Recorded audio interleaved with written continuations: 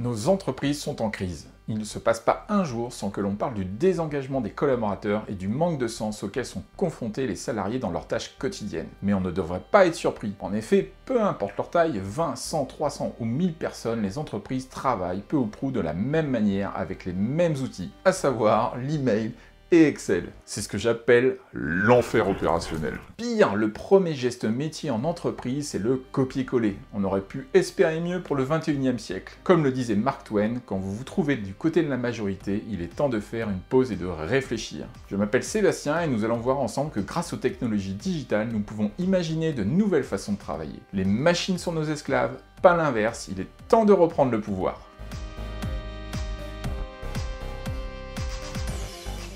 Il n'y a pas longtemps, un professeur des écoles m'a rapporté que lorsqu'il demandait à ses élèves la profession des parents, de plus en plus d'enfants répondaient que le travail de ma maman ou de mon papa, c'est d'écrire des emails. Il faut dire que tout passe par l'email, du simple message voire la pièce jointe, au cahier des charges de plusieurs pages et cela directement dans le corps du mail. Les enfants n'ont pas tout à fait tort. Parmi les choses les plus désagréables à traiter, ce sont les réponses qui s'empilent les unes aux autres, rendant incompréhensible la discussion. Mais la palme de l'usage toxique revient à la mise en copie de la terre entière. Nous noyons sous les emails. Nous nous retrouvons à traiter du bruit et de moins en moins de choses précises et essentielles. Un autre symptôme de la maladie, lorsqu'on demande à quelqu'un si telle action a été faite, la réponse classique c'est « j'ai envoyé un email ». Et de quoi plus normal? Beaucoup de gens considèrent désormais que leur travail c'est de faire ses mails, peu importe ce qui se passe dans le monde réel. Ainsi, on traite ces mails comme sur une chaîne de montage et Outlook est devenu notre contremaître. Pire, nous sommes les esclaves de la boîte de réception. À chaque notification, on se met au garde à vous. Ce n'est peut-être pas un hasard si chez Google, on interdit les mails de plus de 5 lignes. Le jumeau maléfique de l'email, si je puis dire, c'est Excel. Et les entreprises adorent utiliser Excel. Formulaire en tout genre, suivi de planning, to-do list. On va pas tourner autour du pot, le véritable système d'information d'une boîte, c'est des dizaines, voire des centaines de tableurs Excel. Songeons que le premier logiciel du genre chez Microsoft date de 1982. Il s'appelait alors Multiplan. C'est certes beaucoup plus joli aujourd'hui, mais sur le fond, rien n'a réellement changé. Attention, Excel est un super outil, je l'adore, mais on l'utilise pour tout et n'importe quoi, et surtout pas pour sa première fonction, qui n'est ni plus ni moins qu'une super calculatrice. Bref, on détourne sans arrêt Excel. Parmi les détournements les plus lunaires, on trouve les grilles d'entretien individuelles et les grilles des appels d'offres. Tout porte à croire qu'on adore les cases, même si c'est illisible en police taille 8, on sent bien que l'on veut à tout prix canaliser la réponse de son interlocuteur. Mais comment voulez-vous dérouler correctement votre pensée dans des cases qui sont faites pour le calcul? Oui, ça évidemment, on vous demande de répondre par oui ou par non, alors ça dépend, ça dépasse. Notre petit tour de l'enfer opérationnel serait incomplet si on ne parlait pas de l'ERP. L'ERP signifie Enterprise Resource Planning, soit en français la planification des ressources de l'entreprise. Le plus célèbre des ERP est sans aucun doute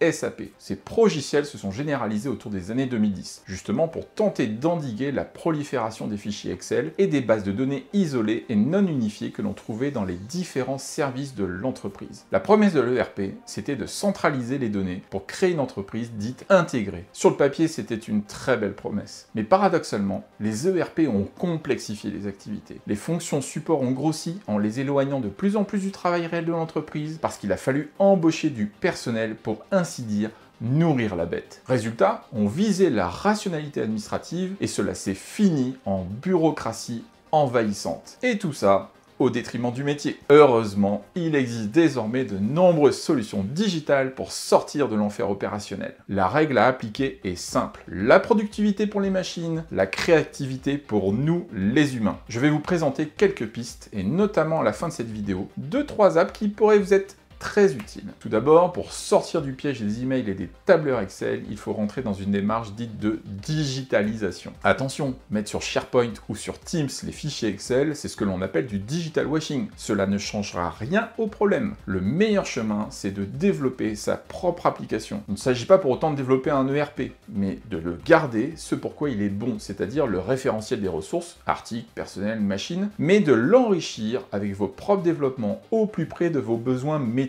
Et développer son app, ce n'est plus réservé qu'aux startups. Pendant une grande partie de ma carrière, les DSI fuyaient littéralement les applications sur mesure. On avait très peur des dépassements budgétaires et de la maintenance. Cela paraissait beaucoup plus solide de prendre un éditeur de la place, même si ce n'était pas exactement ce dont on avait besoin et que les éditeurs finissaient aussi par disparaître. C'est devenu Un raisonnement obsolète, car on peut en quelques jours monter une application métier solide.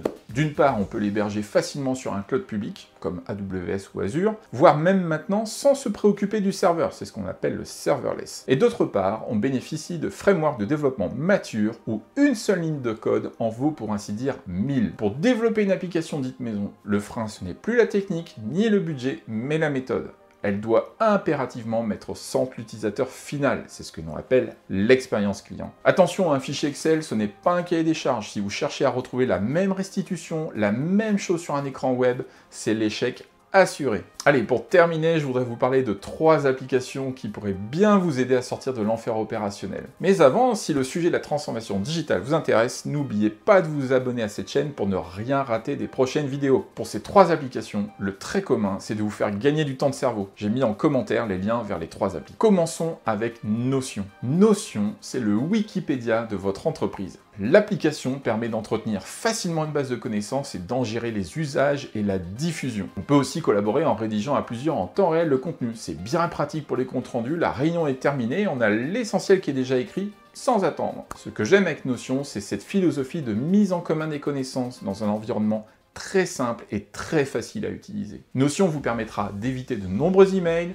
sur les procédures, notes de service, comptes rendus, suivi de tâches, mais surtout de centraliser et de capitaliser toutes les connaissances de l'entreprise. La seconde application dont je vais vous parler est pour ceux dont l'email est la plaque tournante de leurs activités. Cette application s'appelle followup.cc. Elle s'intègre facilement à votre messagerie en ligne via votre navigateur ou directement dans Gmail. Elle permet de programmer l'envoi d'un email à une date ultérieure. Personne ne lit les emails qui arrivent un vendredi après-midi, mais surtout elle va vous permettre de paramétrer un suivi, car ce qui compte le plus dans un email, c'est la réponse. Par exemple, vous envoyez un email à un client et vous pouvez demander à FollowUp de vous envoyer un rappel pour le relancer une semaine plus tard. Et si le client vous répond avant, le suivi est désactivé automatiquement. De manière générale, l'idée c'est de programmer des rappels qui vont arriver directement dans votre boîte aux lettres pour vous libérer la tête de tous les suivis de vos messages. La troisième application pourrait bien vous faire gagner de nombreuses minutes par jour. Sur l'ordinateur, il est devenu très difficile de rester concentré sur une tâche en particulier. Lorsqu'on ouvre son navigateur, on peut vite se retrouver à checker ses différents réseaux sociaux, à rebondir de lien en lien et à perdre de vue ce qu'on voulait y faire. Momentum est un petit add-on pour votre navigateur Chrome ou Firefox. Son principe est vraiment très simple. Dès que vous l'avez installé, à chaque fois que vous ouvrez votre navigateur ou un nouvel onglet, une belle image inspirante prendra toute la place, mais surtout vous aurez un rappel sur la tâche du moment que vous vouliez faire. Momentum évite un effet bien connu de notre cerveau. Lorsqu'on quitte une pièce pour une autre, on oublie très souvent ce que l'on y était venu faire. Testez-la, la version gratuite est déjà très efficace et moi je ne peux plus m'en passer. Et voilà, c'est la fin de cette vidéo qui, je l'espère, vous aura inspiré pour sortir de l'enfer opérationnel. N'hésitez pas à me faire part de vos retours d'expérience en commentaire et je vous dis à très bientôt.